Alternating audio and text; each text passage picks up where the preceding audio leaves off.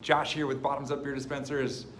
To answer the question, yeah, but how much are the cups? They've got to be expensive. And you're right.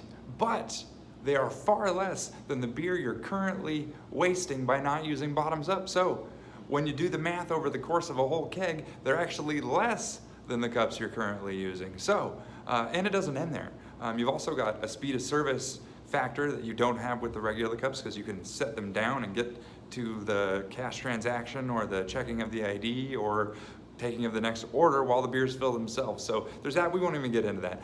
We also have this little thing at the bottom of the cup. Some people like to sell advertising on it. Our friends at the BOK Center, they don't buy any cups because they sell the sponsorship in the bottom of the cup and people buy their cups for them. They actually make money on their cups before they sell a drop of beer. And talk about a great ad spot, looking you right in the face every time you take a drink of your beer, and you can take it out and take it home when you're done with it.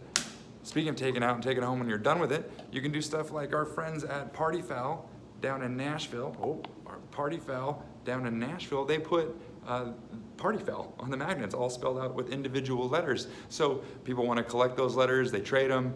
It's really great. We have lots of customers that do really cool stuff on the magnet, which, you know, incentivize people to collect the magnets. So tons of stuff you can do with these that you can't do with a normal cup.